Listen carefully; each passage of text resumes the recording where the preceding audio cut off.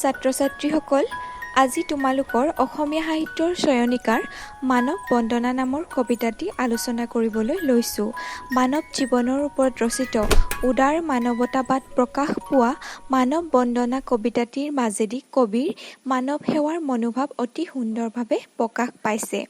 মানুহৰ পাৰস্পৰিক মৰম চেনেহৰ জৰিয়তে যে এই মৰ্ত্যতে স্বৰ্গৰ সুখ লাভ কৰিব পাৰি, এই কথাও কবিতাটিত পৰিস্ফুট হৈছে। কবিতাটিৰ সাংগীতিক লয়ো ইয়াৰ আন এক বিশেষত্ব।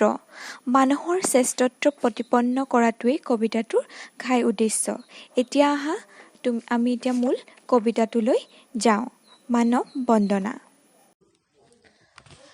আহিছে মানুহ, গৈছে মানুহ, মানুহ ময়াপী জীৱ। মানুহ সুতৰ অন্ত নাইকিয়া, বুলিলে মৰত কিয়। মানৱী জনম দিয়া উটুৱাই, মানৱী কৰম সুতে। মানুহৰ মৰম মানুহ বুজিবা মানুহে, ধৰম যে মৰমতে। মানুহেই লগ, মানুহেই হক, মানুহেই পৰাৎপৰ। এই যে পৃথিৱীৰ স্বৰ্গটো অধিক, মানুহৰ নিজাপি ঘৰ। মানুহই দেৱ, মানুহেই সেৱ, মানুহ বিনে নাই কেৱ। কৰা কৰা পূজা পাদ্য অক্ষলৈ, জয় জয় মানৱ দেৱ। এইটোৱে আছিল চন্দ্ৰকুমাৰ আগৰৱালাদেৱৰ মানৱ জীৱনক লৈ লিখা এটা কবিতা। এই কবিতাটোনো আচলতে কি ক'ব খুজিছে, এতিয়া আমি সেইটো বুজিম। এতিয়া চোৱা, আহিছে মানুহ, গৈছে মানুহ, মানুহ ময়াপী জীৱ। মানুহ সুতৰ অন্ত নাইকিয়া, বুলিলে মৰত কিয়। এতিয়া চোৱা, এই পৃথিৱীলৈ যেতিয়াৰ পৰা পৃথিৱীত মানুহ নামৰ এবিধ প্ৰাণীৰ সৃষ্টি হ'ল, জন্ম হ'ল, তেতিয়াৰ পৰাই পৃথিৱীলৈ মানুহ আহিয়ে আছে, গৈয়ে আছে, মানুহৰ মৃত্যু হৈয়ে আছে, মানুহৰ জন্ম হৈয়ে আছে। ঠিক আছে, জন্মৰ সমান অনুপাতে কি হৈছে, আমাৰ মৃত্যু হৈছে। কোনোবা এজন ব্যক্তি যদি আজি মৰিছে, আকৌ পাছদিনা বেলেগ এজন ব্যক্তিৰ বা মানুহৰ জন্ম হৈছে। এইটো তোমালোকে নিশ্চয় বুজি পাইছা যে মানুহৰ এইটো যোনটো সুত, এই সুতটো কি হৈছে, এটা লানি নিচিগাকে আহি আছে, গৈ আছে মানুহক। সেইকাৰণে কবি চন্দ্ৰকুমাৰ আগৰৱালাই মানুহক ময়াপী জীৱ বুলি কৈছে। ময়াপী মানে কি, মায়াপী, মায়া থকা জীৱ। কাৰণ মানুহ চোৱা, অতীজৰে পৰা আজিৰ পৰা বহুত বছৰ আগতে পৃথিৱীত মানুহ নামৰ এবিধ প্ৰাণীৰ সৃষ্টি হৈছিল। তেতিয়াৰ পৰা এতিয়ালৈকে পৃথিৱীলৈ মানুহ আহিয়ে আছে, গৈয়ে আছে। ঠিক আছে, এই যিটো প্ৰক্ৰিয়া, এই প্ৰক্ৰিয়াটোৰ কাৰণে চন্দ্ৰকুমাৰ আগৰৱালাদেৱে কি কৈছে, মানুহক ময়াপী জীৱ বুলি কৈছে, মায়া থকা জীৱ। কিয়নো মানুহ আহিছে, মানুহৰ ইমান আশা আকাংক্ষা লৈ আহিছে, সেই মানুহজন গৈছে, তেওঁৰ ঠাইত আকৌ বেলেগ এজন মানুহৰ কি হৈছে, জন্ম হৈছে। মানুহ সুতৰ অন্ত নাইকিয়া, বুলিলে মৰত কিয়। আমাৰ যি এই পৃথিৱী, এই পৃথিৱীত মানুহৰ জন্মৰ গতি যিদৰে চলি আছে, সেই গতিটো কোনো অন্ত নাই বুলি কৈছে। মানে মানুহ সদায় জন্ম হৈ আছে, সদায় মৃত্যু হৈ আছে। সেইকাৰণে মানুহৰ এইটো যোনটো সুত আহি আছে, গৈ আছে।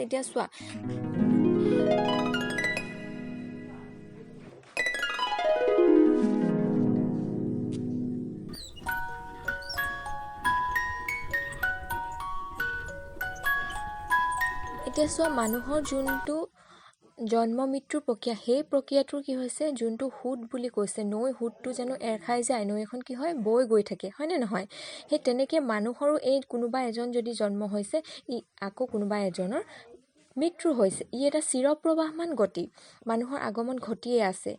এই যিটো সুত, ইয়াৰ কোনো অন্ত নাই বুলি কবি চন্দ্ৰকুমাৰ আগৰৱালাদেৱে কৈছে।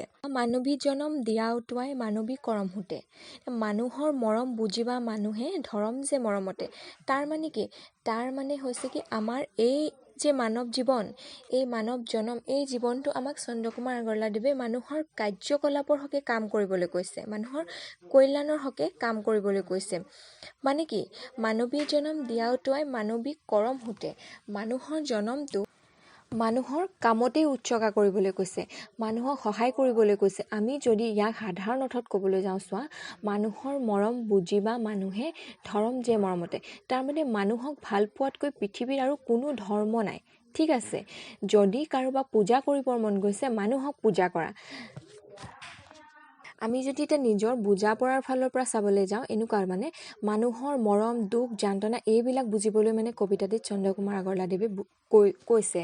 মানে চোৱা, মানুহৰ যেতিয়া বিপদ আপদ হয়, কি হয়, মানুহেই কামত আহে।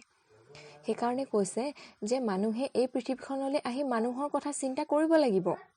তাৰ পাছত চোৱা মানুহেই লগ মানুহেই হং মানুহেই পৰাৎপৰ। এই যে পৃথিৱী স্বৰ্গটো অধিক মানুহৰ নিজাপি ঘৰ।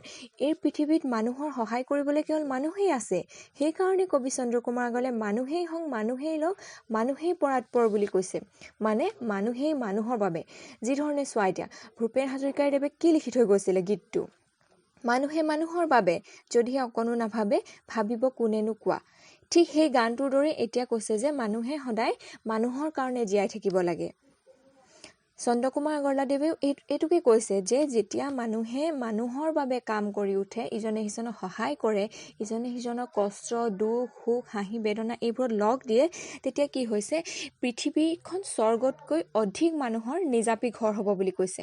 সাধাৰণতে কি হয় মানুহে কি ভাবে যে বহুতে মৃত্যুৰ পাছত মানুহ স্বৰ্গলৈ যায়, স্বৰ্গখন বহুত ধুনীয়া, কিন্তু চোৱা চন্দ্ৰকুমাৰ আগৰৱালাদেৱে কৈছে যে স্বৰ্গতকৈ অধিক এই পৃথিৱীখন নিজাপি ঘৰ।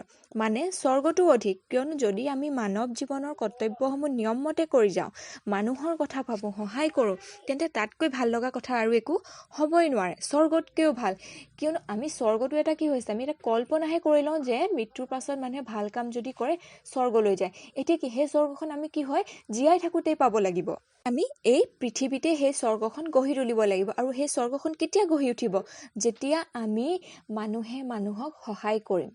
দিছে চাবা কৰা কৰা পূজা পাঠ্য অক্ষলৈ জয় জয় মানৱদেৱ। তাৰ কাৰণে এটা ধুনীয়া এক্সাম্পল দিছোঁ চোৱা। আজিকালি কি হয় মানুহবিলাকে সাধাৰণতে কি কৰে মূৰ্তি পূজা কৰে। আমি এতিয়া মন্দিৰ হওক নামঘৰ মছজিদ আমি তাত গৈ মূৰ্তিক পূজা কৰোঁ। এতিয়া আমি যেতিয়া শিৱদৌললৈ যাওঁ তেতিয়া কি হয়, তোমালোকে যদিও যোৱা নাই শিৱদৌললৈ তেতিয়া তোমালোকে দেখিছা যে শিৱদৌলত শিৱৰ লিংগত কি কৰে গাখীৰ দিয়ে। এতিয়া চোৱা চন্দ্ৰকুমাৰ আগৰৱালাই কবিতাটোত এইটো বুজাইছে যে মানুহে মানুহৰ কাৰণে। এতিয়া চোৱা আমি সেই গাখীৰখিনি যদি লিংগটোত নাঢালি আমি কি কৰোঁ, ওচৰত থকা যদি যোনবিলাক খোজনীয়া থাকে মগনীয়া থাকে সৰু সৰু ল'ৰা ছোৱালী থাকে তেওঁলোকক খাবলৈ দিওঁ, কি হ'ব আমাৰ বেছি পুণ্য হ'ব। সেইকাৰণে চন্দ্ৰকুমাৰ আগৰৱালাই সেইটোকে ক'বলৈ গৈ কৈছে যে এই পৃথিৱীত যদি ভগৱান আছে সেয়া হৈছে স্বয়ং মানুহ।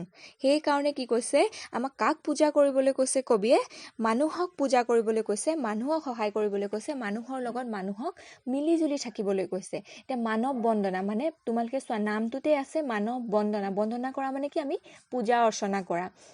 সেইকাৰণে কৈছে যে আমি যি কৰোঁ এই পৃথিৱীতে কৰিব লাগিব আৰু কাক কৰিব লাগিব, মানুহৰ সহায়ত কৰিব লাগিব। সেইকাৰণে এই চন্দ্ৰকুমাৰ আগৰৱালাই কবিতাটোৰ নামটোৱে হৈছে মানৱ বন্দনা।